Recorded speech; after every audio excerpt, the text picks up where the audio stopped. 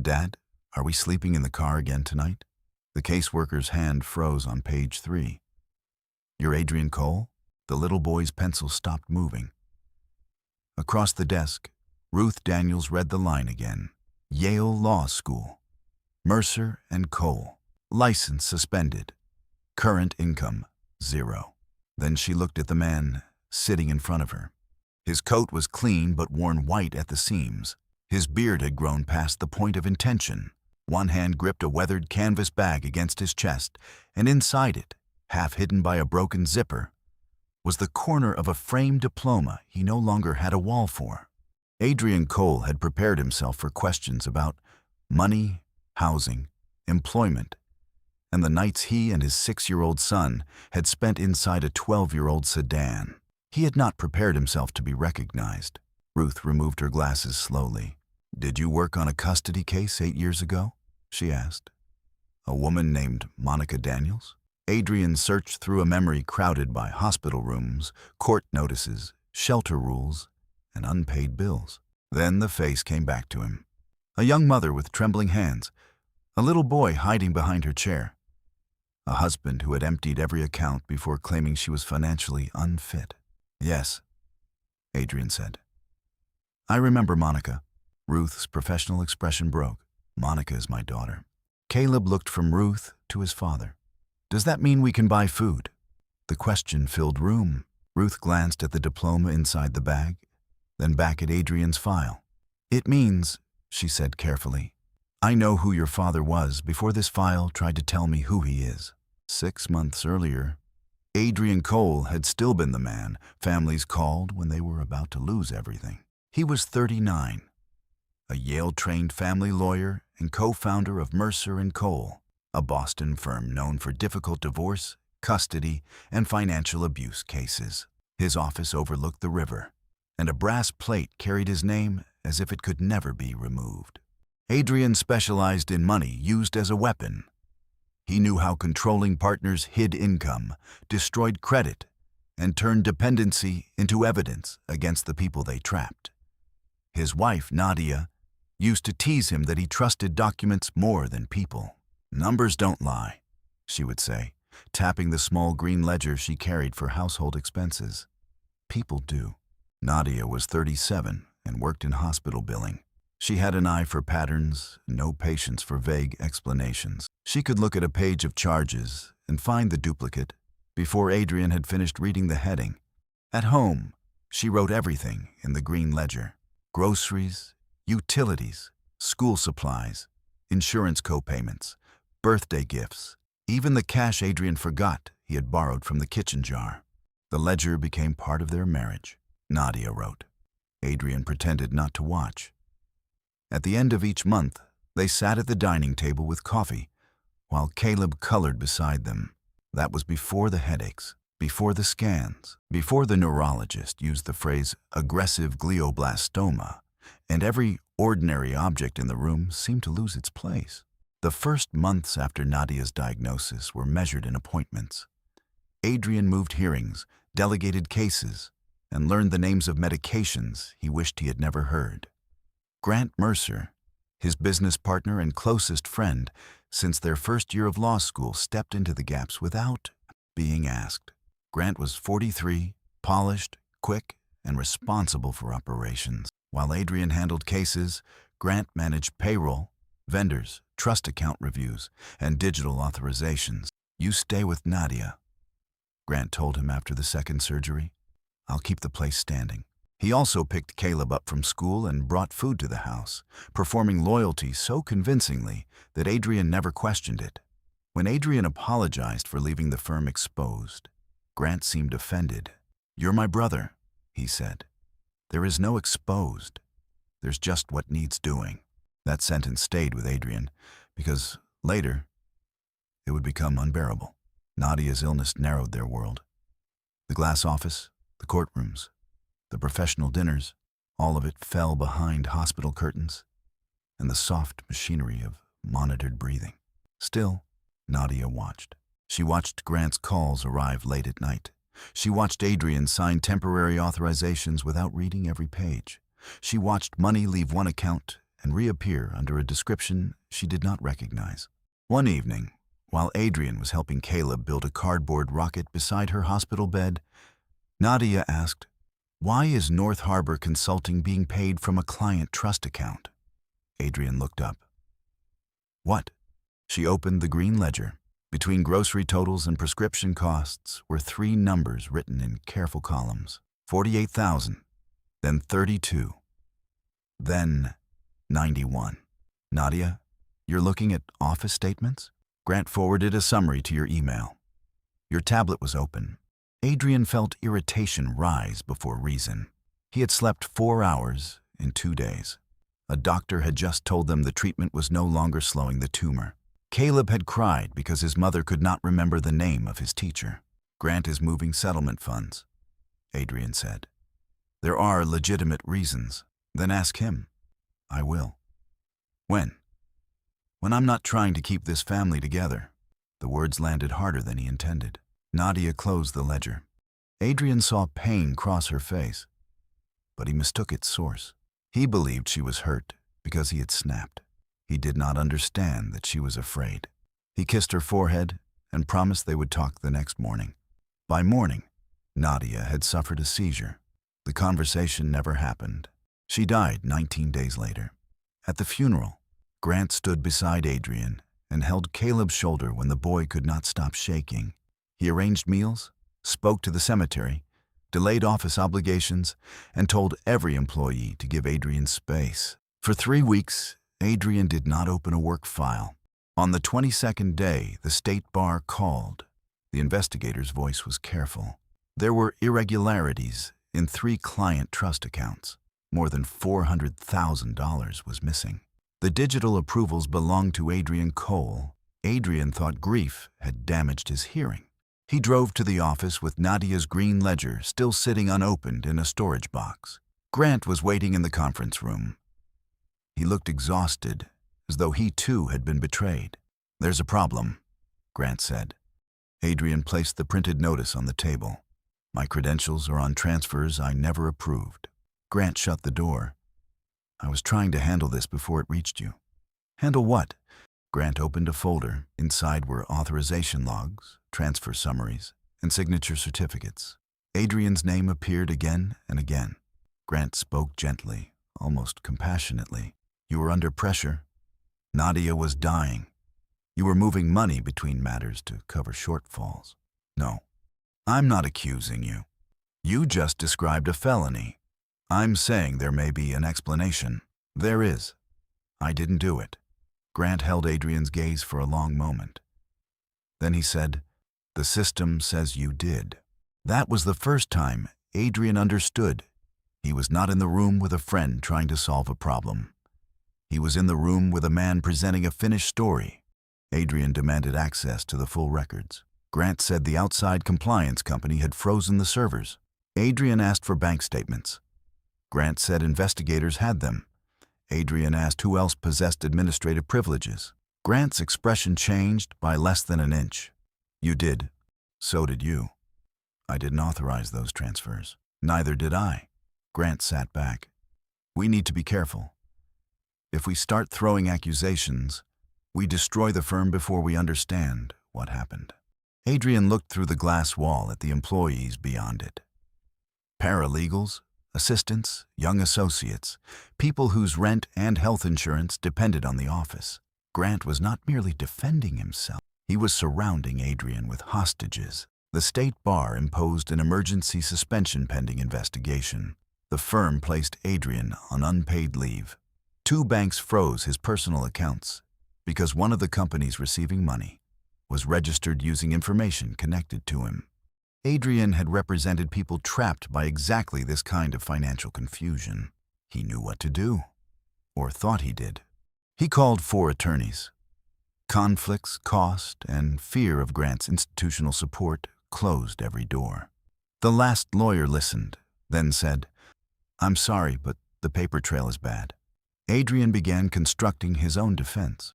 He reviewed notices, recreated dates, requested documents. He remembered a client named Samuel Kerr, whose settlement funds were among the missing accounts. Samuel had called Adrian twice during Nadia's hospitalization, but Grant had told him the matter was resolved. Adrian called Samuel directly. He did not threaten him.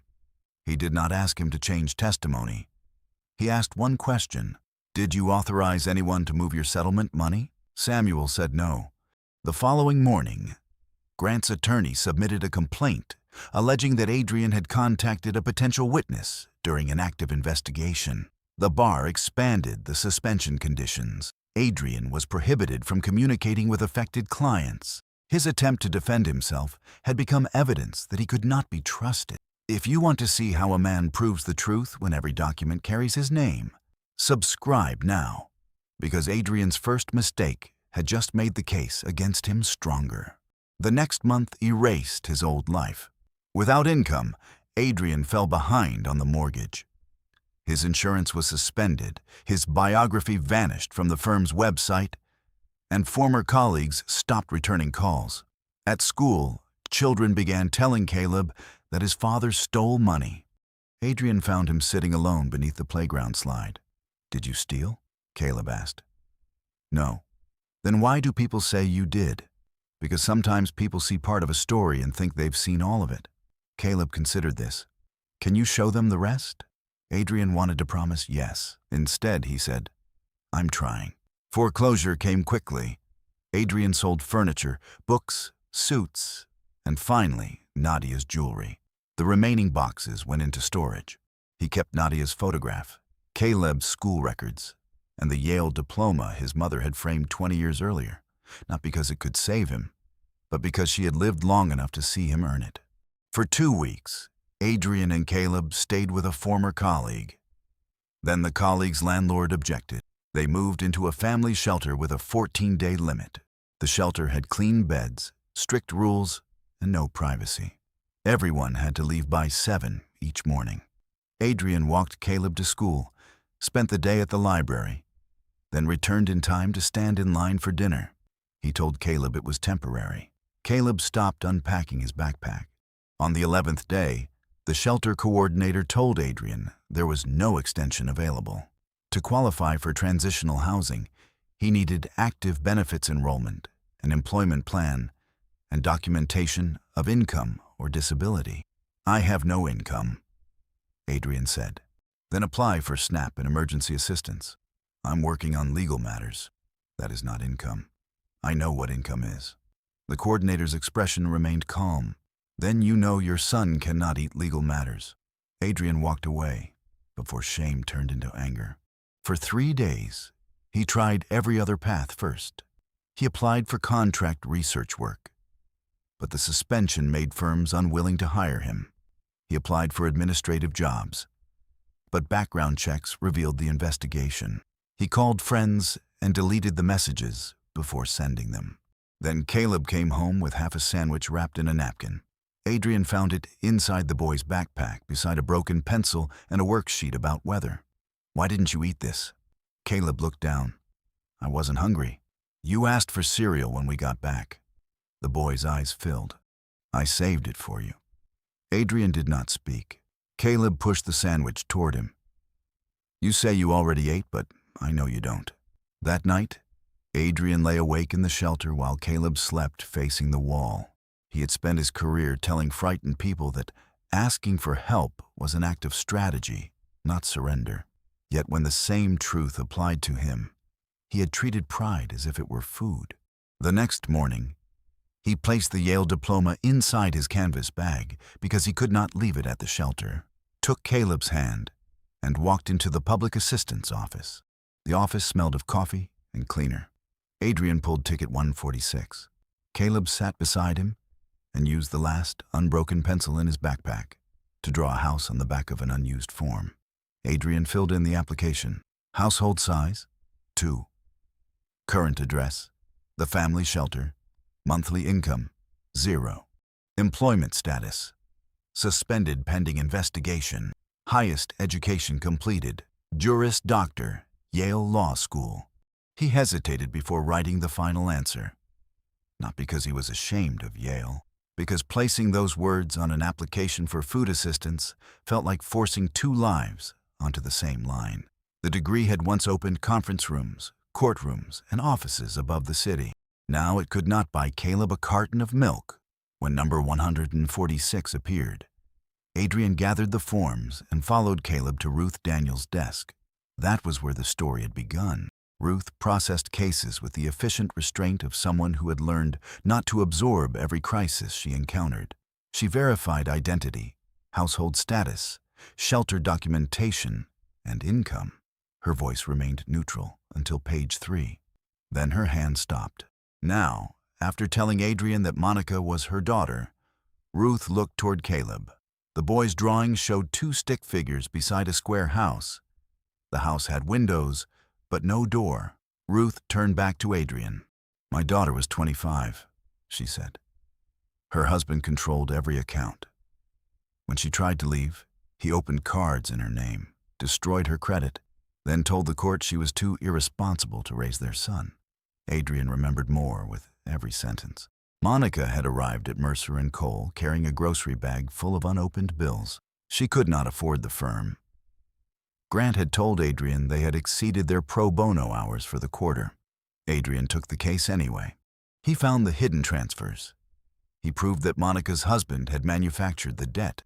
He persuaded the court to stop an emergency custody order and refer the financial records for investigation. "I didn't know you were her mother," Adrian said. "You never met me.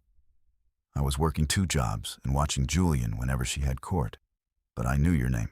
Ruth's eyes moved over Adrian's coat, the bag, the shelter address. "For 8 years, my daughter has told people one lawyer believed her before anyone else did." Adrian lowered his gaze. "That lawyer doesn't seem to exist anymore." Ruth leaned back. "Is that what happened? Or is that what this paperwork has convinced you to believe?" He stiffened. "The paperwork is why I'm here. The paperwork says your credentials moved money. It also says you spent your career catching people who use finances to trap others." Ruth tapped the page. "You found the pattern in my daughter's life. Why can't you see the possibility of one in yours?" "Because this isn't a marriage. No. It's trust." The word reached him. Trust had given Grant access to the office, the clients, the systems, and Adrian's absence. Trust had also made every inconsistency look like a temporary administrative detail. Ruth did not offer him money from her purse. She did not promise to fix the investigation. She returned to the application. "What I can do is make sure you receive what you qualify for. What I cannot do is make choices for you." She flagged the application for emergency processing because Adrian had a minor child and no current food resources. She added a referral for family transitional housing and called a legal aid organization that handled financial fraud and professional discipline cases. Adrian watched her move through the system with speed, but without shortcuts. "You don't have to do all this because of Monica. I'm not approving anything you aren't entitled to. I know. My daughter did not keep her son because someone broke rules for her. She kept him because someone made the rules work the way they were supposed to." Ruth wrote a name on a card. "Elena Torres, Harbor Legal Defense Project. Call her today." Adrian looked at the card, but did not take it. "I was a partner at one of the best family law firms in the city." Ruth waited. "I know how this sounds." "Yes," she said. "It sounds like a man describing where he used to sit instead of taking the chair available to him now." Caleb slid his drawing across the desk. "Do you like my house?" Ruth studied it. "It needs a door." Caleb shook his head. "Doors mean you have to leave." Ruth's face changed, just briefly. Then she turned the drawing over and wrote the transitional housing reference number on the back. "Maybe this door can mean you get to stay." Adrian called Elena from the hallway. She agreed to meet him the next morning. Emergency benefits were loaded onto a temporary card by late afternoon. Adrian took Caleb to a grocery store and stood beneath lights too bright for the exhaustion in his face. Adrian chose bread, eggs, oatmeal, milk, rice, and chicken, calculating each item automatically. At checkout, the cashier glanced at the benefits card and then at the diploma inside his open bag. The look lasted less than a second. It still burned. "Can we get bananas next time?" Caleb asked. "We can get them now. Will there still be enough?" Adrian added the bananas. That night at the shelter, Caleb ate slowly, leaving no crusts. Adrian watched him and understood that hunger did not end when food appeared. Sometimes it remained as a habit inside the body. Elena Torres worked from 2 warm rooms above a neighborhood pharmacy. She was 46, direct, and uninterested in Adrian's former status. After listening for 20 minutes, she stopped him. "You keep saying what you would argue. I am explaining the case. You are explaining what an attorney would do with the case. You are not your attorney. I know the law. So does the person who framed you." The sentence silenced him. Elena opened the documents he had brought. "I'm not asking whether you are intelligent. I'm asking whether you can accept being a client." Adrian looked at the small office, the second-hand desk, the stack of files on the floor. 6 months earlier, he would have referred overflow cases to a place like this and congratulated himself for supporting access to justice. Now he needed it. "What do you need from me?" he asked. "A complete timeline. No theories at first. Dates, locations, devices, permissions, witnesses, documents, facts before conclusion." She pointed to the authorization logs. "These records say your digital certificate approved the transfers. I didn't approve them. Then we need to understand the difference between your signature and your action." That phrase followed Adrian back to the library. For 5 days, Adrian worked at a library computer with a 2-hour limit. He created a timeline of transfers, hospital stays, access changes, and every request Grant had made for administrative control. Elena obtained bank records, Ruth helped with housing documents, and Caleb drew beside his father after school. At first, the transfers looked random. Then Adrian stopped reading them by amount and began reading them by timing. The first suspicious payment occurred 10 weeks before Nadia's diagnosis. The second occurred 2 months later. Grant had not begun stealing because Adrian stepped away. He had begun before Adrian knew he would need to. Adrian called Elena. "This wasn't opportunistic. What did you find?" "The earliest transfer. I was still handling a full caseload. Grant did not need my absence to move the money." "Then what did he need?" Adrian stared at the date. "My credentials." The next morning, Elena requested historical access logs from the firm's technology vendor. Grant's attorneys refused, arguing that the existing compliance report already contained all relevant information. That refusal became its own question. Stay with this story. Subscribe to True Worth Films, because the woman behind the benefits desk had opened a door. But Adrian had just discovered the theft began before his life fell apart. 3 days later, a transitional housing unit became available. It was 1 room in a converted brownstone with a shared kitchen at the end of the hall. The paint was chipped near the window. The radiator knocked when it warmed. The mattress leaned slightly toward the wall. Caleb ran inside and placed his backpack on the floor. "Is this ours?" "For now." "How long is now?" 6 months if we follow the program." Caleb opened the closet, closed it, then opened it again. "It has a door." That evening, he drew another house. This one had a blue door, but he used pencil lightly, as if he might need to erase it. Adrian taped the picture beside the small table. For the first time in weeks, he slept without one arm wrapped around the canvas bag. The stability lasted 48 hours. A certified letter arrived from the disciplinary board. The matter had been referred for possible criminal review. A formal hearing was scheduled in 17 days. Attached was a summary from Mercer and Cole, asserting that Adrian had sole responsibility for the digital certificate used in the transfers. At the bottom, Grant had signed a statement affirming that no other partner possessed authorization to activate Adrian's credentials. Adrian read it twice. Grant had used the word sole, not primary, not assigned. Sole. It was an absolute claim. Adrian had learned that absolute claims often concealed the place where a story could break.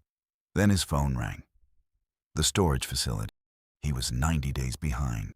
The unit containing Nadia's belongings would be sold at auction in 72 hours, unless the balance was paid. The amount was $940. Adrian had 46. He sat at the small table while Caleb drew beside him. Inside the storage unit were clothes, photographs, tax records, medical files, and the green ledger Nadia had closed after their last argument. Adrian had not thought about it since the move. Now he remembered the numbers she had written and the questions she had asked. North Harbor Consulting. He called Elena. "We need the storage unit." "Why?" he explained. "Do you know the ledger contains relevant evidence?" "No." "Could it?" "Yes." "That is not enough for me to spend program funds we do not have." Adrian felt the old anger rise. "If the unit is sold, we may lose the only record Nadia made. And if I call every possibility evidence, I lose the ability to help anyone." He almost ended the call. Then Elena said, "Give me the facility information. There may be an emergency preservation grant, but I am promising nothing." Ruth called an hour later. She had learned from Elena that the unit was at risk. Her office could not pay storage debt, but she knew a family stabilization fund administered through a nonprofit that covered document recovery when loss could affect housing, custody, or legal proceeding. The application required proof of relevance. Adrian found an old email from Nadia. The subject line read, "Numbers from the office." He had never opened the attachment. His chest tightened. The email had been sent 2 days before her seizure. Inside was a photograph of one page from the green ledger. 3 amounts, 2 dates, 1 company name, North Harbor Consulting. The grant was approved, and the next morning, Adrian reached the storage facility 11 minutes before the office closed. The manager removed the auction lock. The unit smelled of cardboard and cedar. Every box held part of the vanished life. Caleb's baby clothes, Nadia's coat, photographs, court awards, and the hospital blanket Adrian had slept under. He found the green ledger beneath tax returns and recipes in a box labeled "Kitchen," sitting on the concrete floor. He opened it. The first pages listed groceries, utilities, and co-payments. Then the handwriting tightened. North Harbor Consulting, $48,000. Hollis Management, $32,000. Client Trust Transfer, $91,000. Beside them, Nadia had written dates, codes, and questions. Why no second approval? Why after midnight? Grant called at 11:42. Ask who had administrator access. Adrian stopped breathing. There were 6 pages. Nadia had been building a map. In the margin beside the final entry, she had written, "Numbers don't lie. People do." Adrian pressed the ledger against his forehead. He remembered her asking him to look. He remembered answering that he was trying to keep the family together. All that time, Nadia had been trying to do the same. Caleb sat beside him. "Is that Mom's book?" "Yes." "Why are you crying?" Adrian looked at his son and did not hide this time. "Because she was telling me something, and I didn't listen." Caleb touched the green cover. "Can you listen now?" Adrian nodded. "Yes." The ledger changed the direction of the case, but it did not solve it. Elena read every page and remained cautious. This tells us what Nadia noticed. It does not prove who moved the money. She identified Grant's call. Grant will say she was medicated, frightened, and mistaken. She was a billing analyst, and she is not here to explain her method. The words hurt because they were true. Elena placed the ledger beside the existing timeline, but she gave us account references we did not have.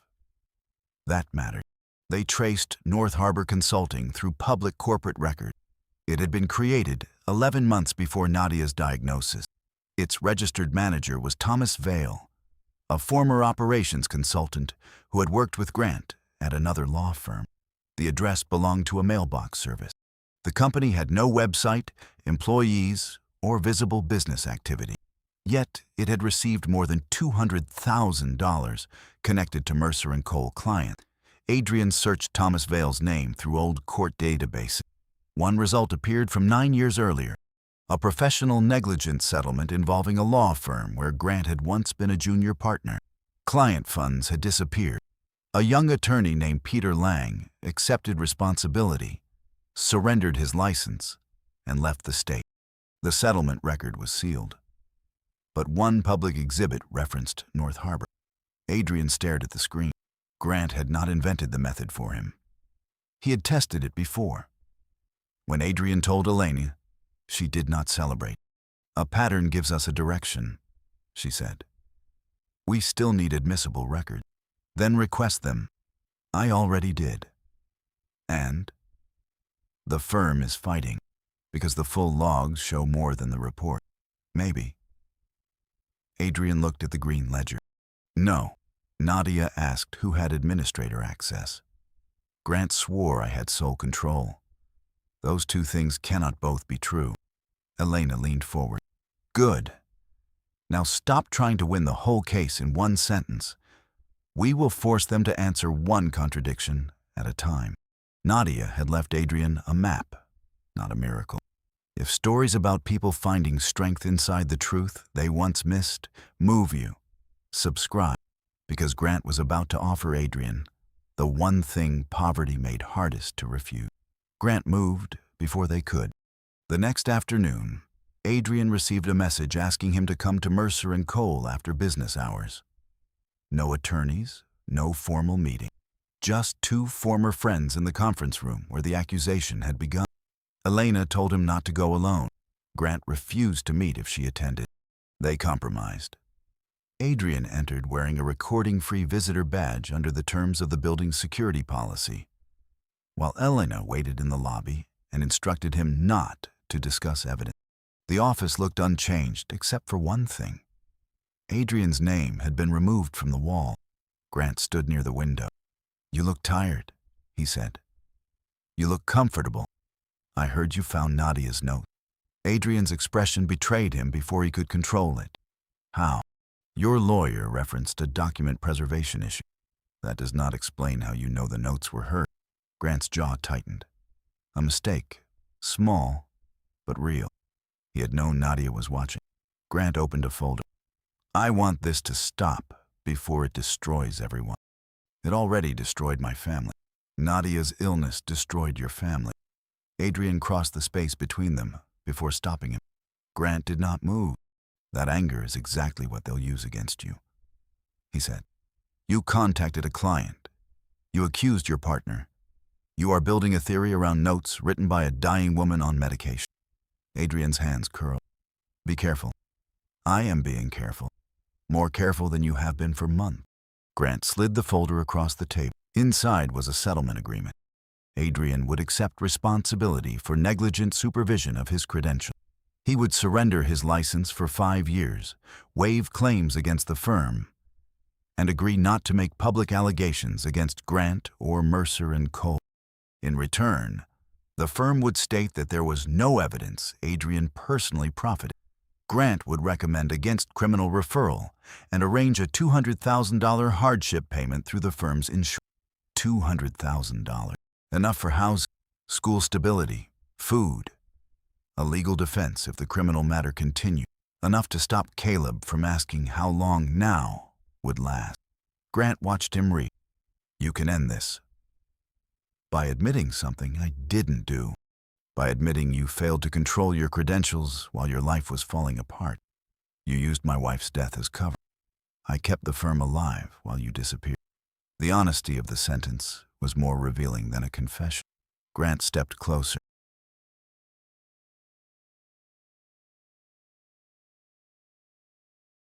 32 employees, hundreds of clients.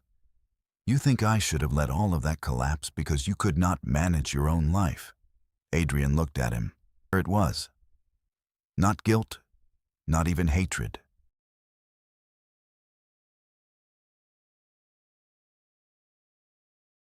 The firm was in trouble. And you would have done what?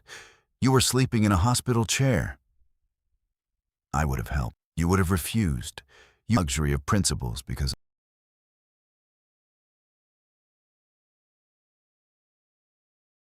Grant nodded as if he had expected that answer.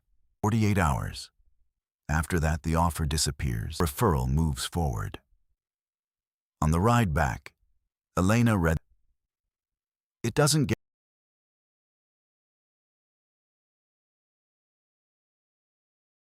it gives and leaves every client believing you failed them. I know, but this is not rescue, Adrian. It is leverage. That night, Adrian.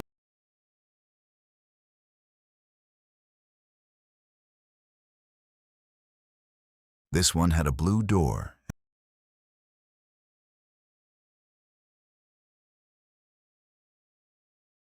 Imagined groceries without calculations. A lease without a program. A bust. He imagined telling himself that service was not the same as admitting. Caleb looked up. What's that?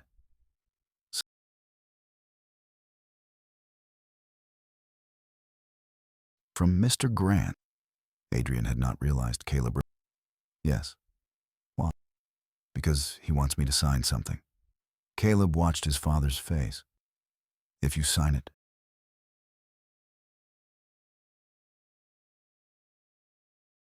At school, Mrs. Keller says signing your name means the words are yours. The sentence was simple. It left it to hide. He folded the agreement. No, he said, I'm not signing it.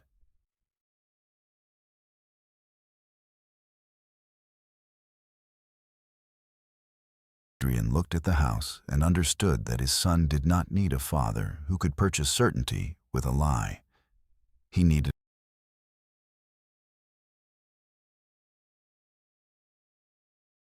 By noon, the prosecutor's office confirmed that it was reviewing the referral. By evening, a local legal blog published a story described as a suspended Yale attorney facing possible criminal charges.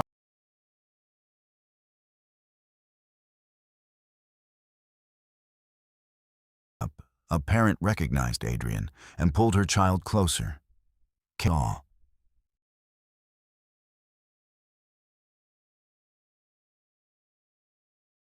That night, Adrian found 2 crackers hidden beneath cake. Food was available now, but the boy's body still remembered scarcity. The next day,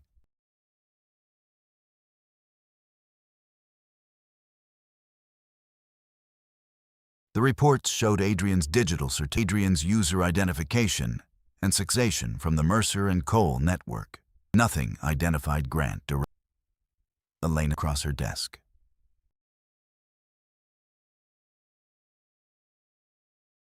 Hired. Suspicions. Adrian paced. Nadia's ledger had led them to North Harbor. North Harbor had led them to Peter Lang.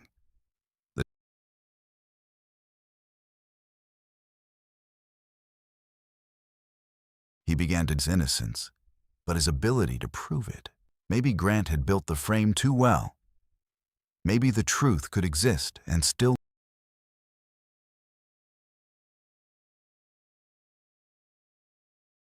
He looked at the same plastic chairs and wished him. Brought hope to fail. His face.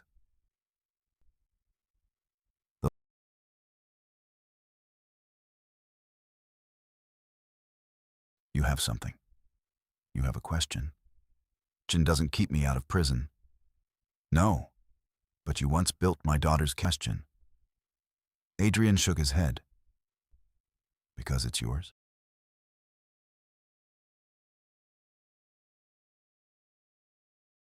When Monica wanted to, she kept saying the same thing. If she would lose everything. You told her fear was not proof that Mary.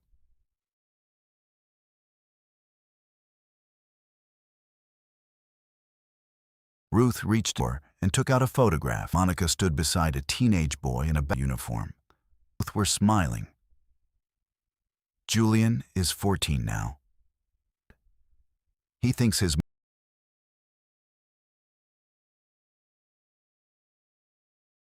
You believe the documentary if someone read all of them. Ruth slid the photograph back into the drawer. Maybe these logs are not complete.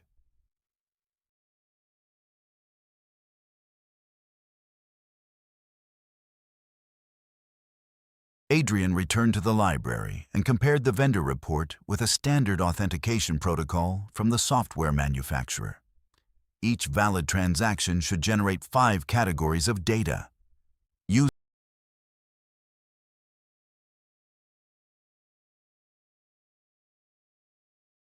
Administrator override status.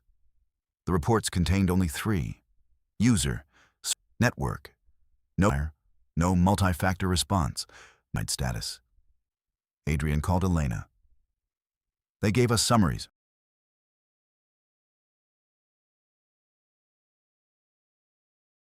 Claim the historical archive is proprietary and contains unrelated employee information. They removed the exact that distinguish a user action from an administrator action. That is what we need to argue.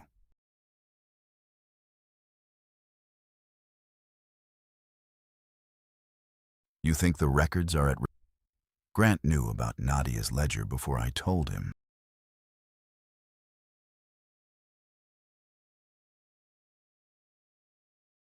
The hearing officer ordered the vendor to authentication data and produce records for the disputed actions under protective conditions.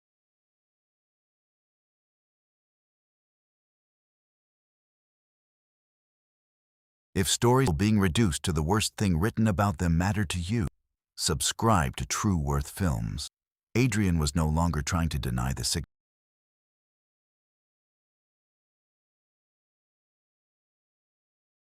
Elena's organization could not afford a full forensic team, but the court appointed an independent examiner because criminal referral was now possible.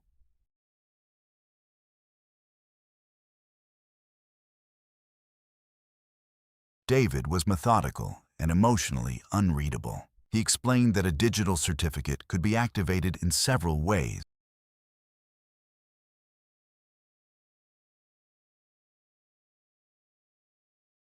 Under limited circumstances, initiate recovery or override process. Someone use Adrian's out his phone? In theory. In practice.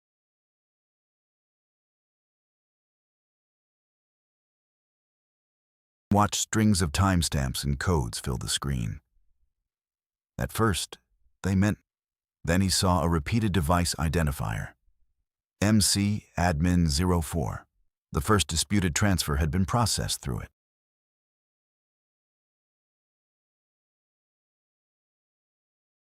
Asset registry. An administrator workstation assigned to Grant Mercer's office. Elena exhaled, but David raised a hand. Mr. Mercer used it. Offices can be shared.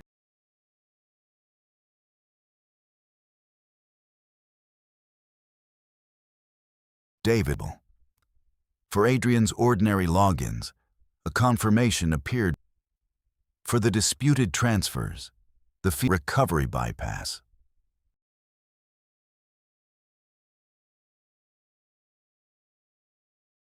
Two administrators at the relevant time, Mercer and Thomas Vale. Adrian felt Nadia's hand.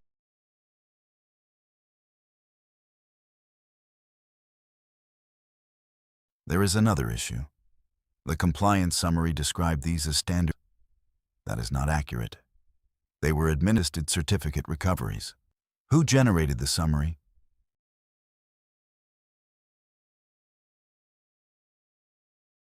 Grant's former operations consultant. The circle tightened. Still, David warned them that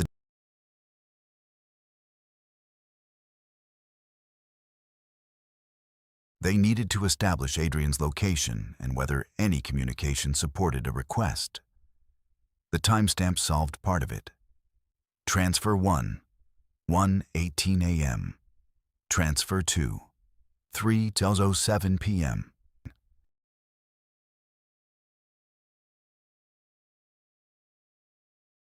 At 1:18 a.m. on the first date, he had been admitted with Nadia after at 3:07 p.m. on the second, he had been inside an oncology consultation.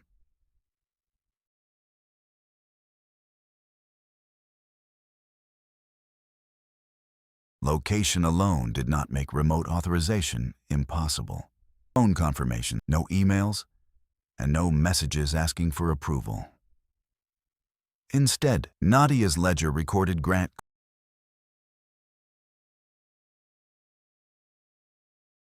Grant had asked how Nadia was doing. He had kept Adrian 7 minutes. While Adrian stood in a hospital hallway describing his wife, someone in Grant's office used an administrator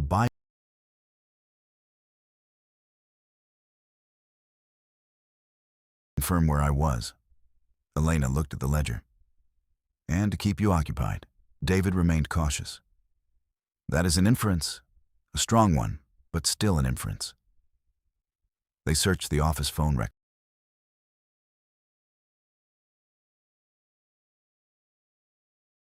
The transfer completed at 11:46. A second administrative account, Grant's workstation, at 11:43. That account belonged to Thomas Vale.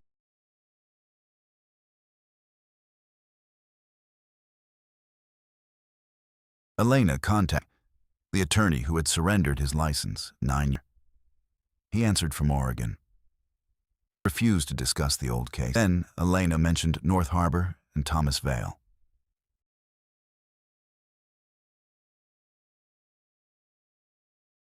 Did Grant Mercer, Thomas Vale, prepare the internal report? Another silence. Yes. Peter had accepted a settlement because his wife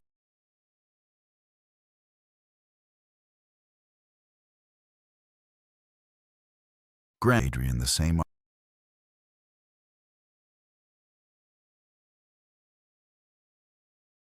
Peter could not provide confidential settlement documents without court authorization, but he agreed to identify the process used against him and permit Elena sealed records.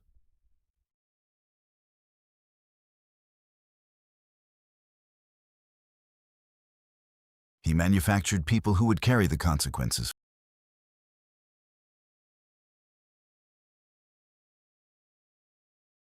Adrian Ritapple with the green ledger. He had framed his grief around failure. Nadia's notes told another. She had not waited helplessly.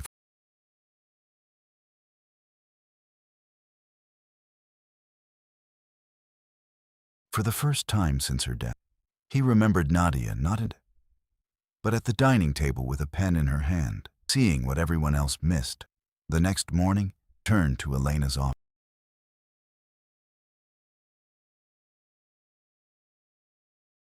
The documents establish what happened, what Grant relied on. Elena studied him. Why on? That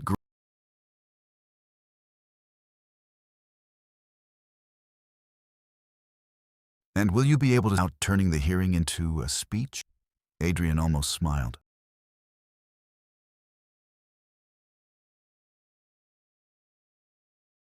Before the hearing, David completed his forensic report. Elena obtained hospital, phone, and visitor records, along with the sealed Peter Lang file.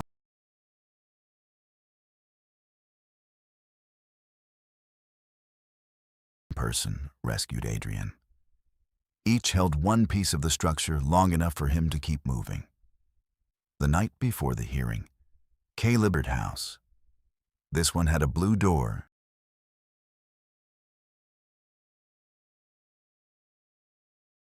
Why am I outside? He asked. You're waiting for who? Shrugged.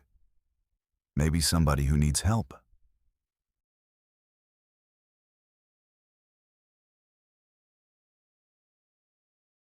The discipline took place in a plain room before a 3-member panel. Elena sat beside Adrian.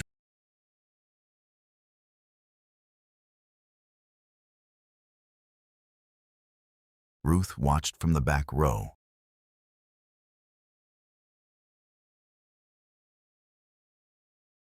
Adrian Cole possessed a unique. That certificate authorized 3 transfers. Money disappeared. Adrian contacted a client during the investigation.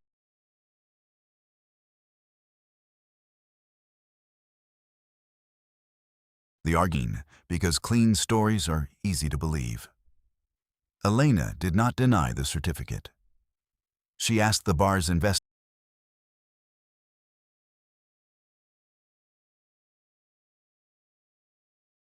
whether it included multi-factor responses or override status. She asked who prepared it. Thomas Vale Consulting.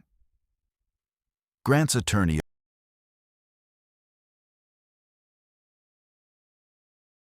officer looked toward Elena. Is it your position that it was forged? Elena said. Our position is more. The certificate was genuine.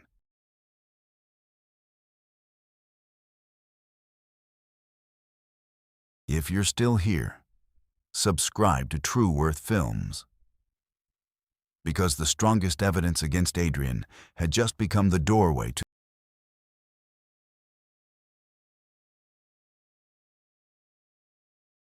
He explained the normal authentication process in language the panel could follow. Adrian's actions required his password, certificate.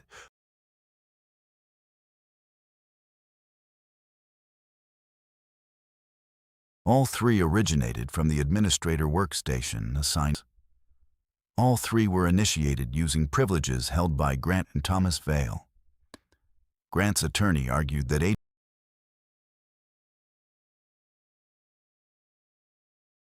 authorization message. No email. Then she presented the hospital time. During the first transfer, Adrian was registered in the.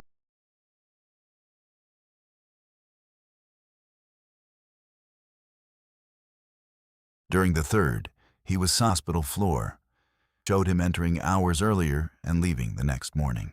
His attorney stood. Cole remained capable of making telephone calls.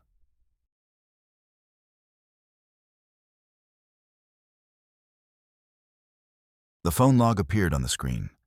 Grant Mercer to Adrian Cole. 11:42 p.m. Administrator account activated from Grant's workstation. 11:43. Certificate recovery initiated. 44. Transfer completed.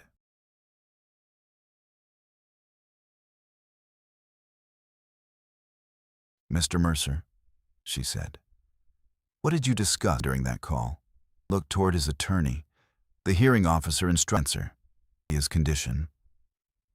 Did Adrian ask you to transfer client?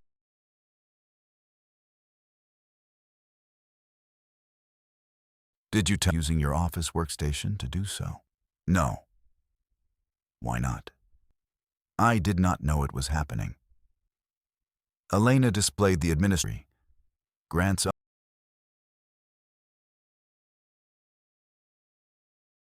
was an operational permission. For what operation? I don't. You testify declaration that Adrian alone controlled his certificate. He controlled the certificate.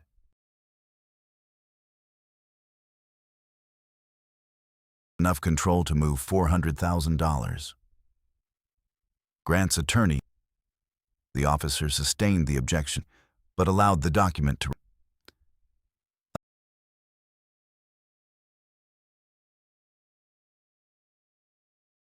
Corporate records connected Thomas Vale to the company.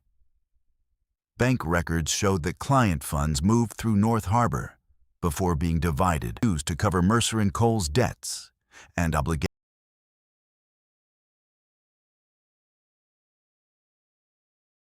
Payroll had nearly failed twice. Grant had personally guaranteed part of the debt. His motive was not random greed.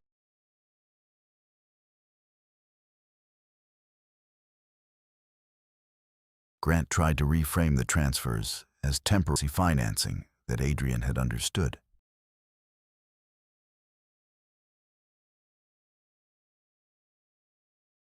Nadia had been terminally ill, medicated. She could not.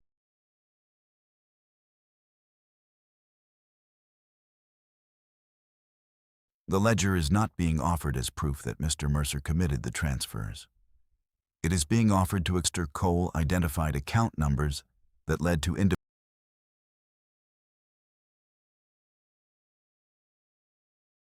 at the green cover. His voice had entered the room without becoming. It had done exactly what she intended. It made someone look at the numbers. Then, Elaine.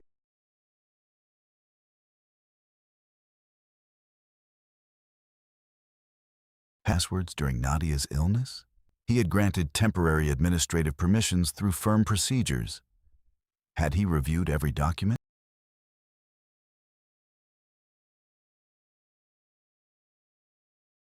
He had contacted Samuel before expanded restriction, but after learning of the investigation,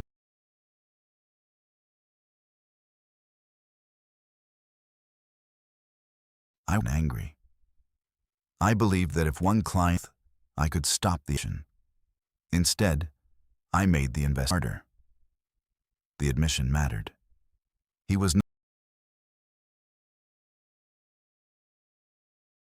Elena approached. Why did you trust Grant Mercer?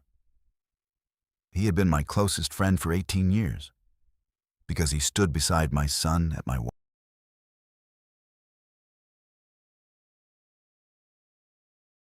He had used your credentials. When the date stopped behaving like his story, Adrian explained the timeline. The first transfer Nadia's diagnosis.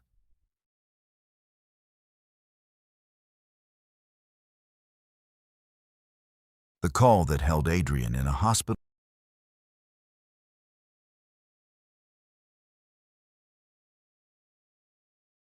Under the sealed record order, the panel had received evidence that Grant and Thomas Vale had held similar operational roles when Peter's certificate was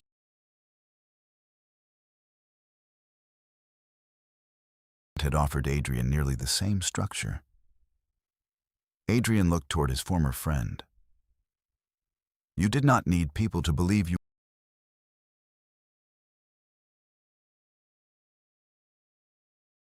Grant's face, but his attorney placed a hand near his arm, him not to respond. The hearing officer asked Adrian one final question.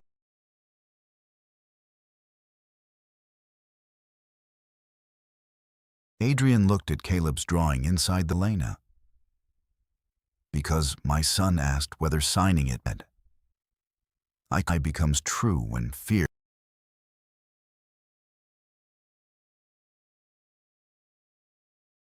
The panels. Adrian and Elena waited machines and no windows. Ruth approached not speak immediately. Finally she said, Monica.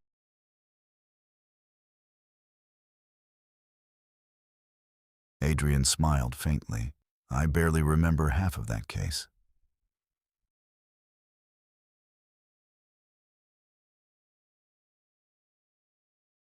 The ruling. Adrian's emergency suspension for intentional misappropriation was vacated.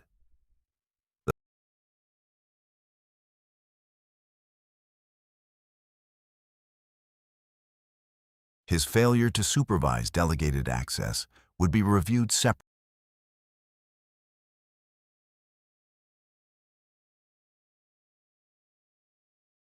North Harbor and the Peter Lang case were referred for investigation.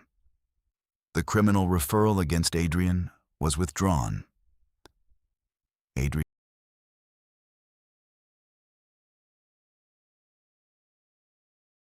Outside the building, reports had begun to attract attention. Him to make no detailed statement.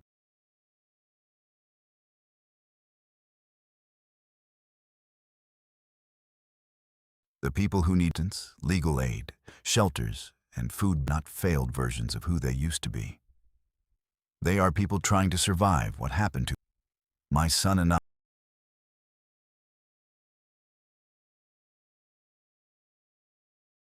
Grant was placed on leave from the firm that afternoon. Weeks, the bank froze North Harbor's remaining accounts.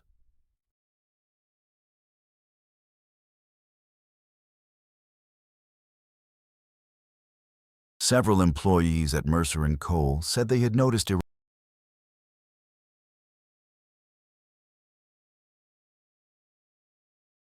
the firm did collapse.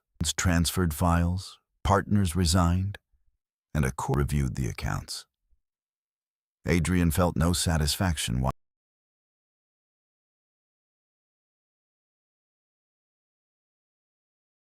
Elena helped Adrian negotiate the separate supervision issue. He accepted responsibility for granting broad access without adequate review during Nadia's illness.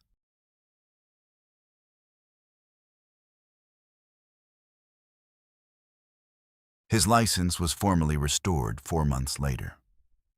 The money took longer. His jewelry were gone, his credit remained damaged, and the old salary did not.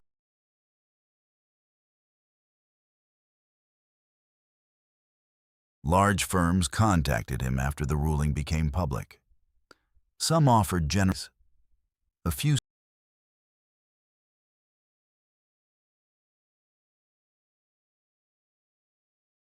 Elena introduced him to the Family Financial Justice, a non-profit representing people facing debt, housing loss, and financial abuse. The salary was $64,000.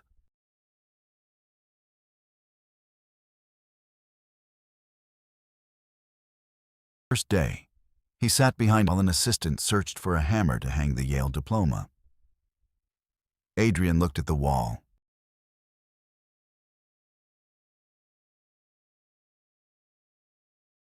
The house had a blue door, 2 windows from the chimney. Outside beside Caleb,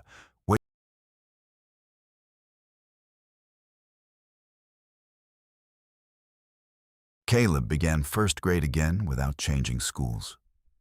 For several weeks, he continued saving pieces of food, crackers in his pocket, apples.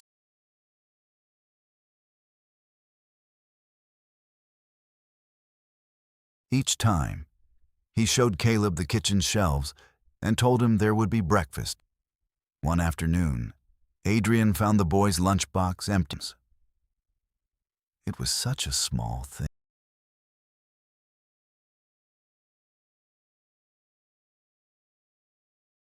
Caleb had eaten everything.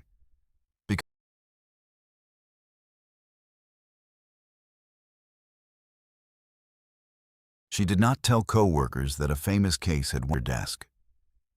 To her, Adrian's story was not special.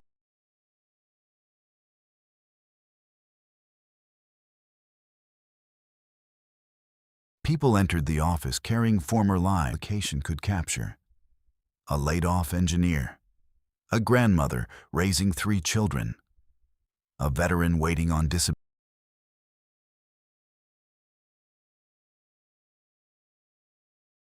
6 months after the hearing, Adrian returned to Ruth's desk with 2 coffees and a photograph. He stood in front of a red brick apartment building, holding a smiling with both front teeth missing. Adrian had said,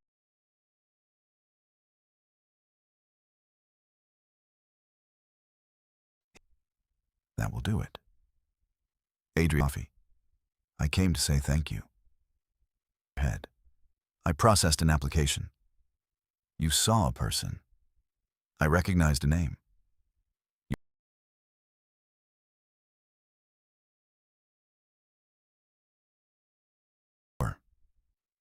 He smiled, and I walked through it. But doors met.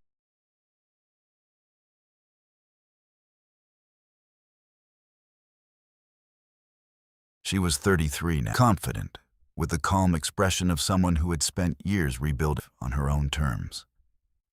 The little boy Adrian remembered hiding behind was 14 and taller than his mother. "You gave me evidence. You believed me before the evidence was complete." Adrian glanced at Ruth. A circle of care could sound sentimental when described from a distance.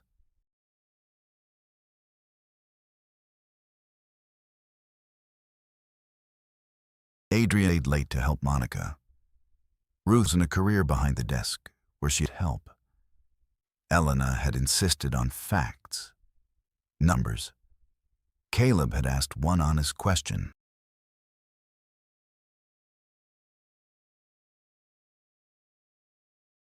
Grant eventually faced fraud, obstruction, and misuse of client funds. The legal process continued beyond.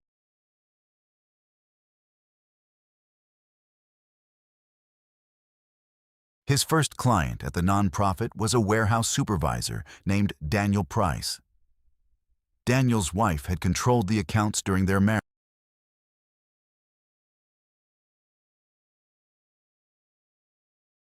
He enters holding documents against his chest. "I don't know where to start," Daniel said. Adrian could have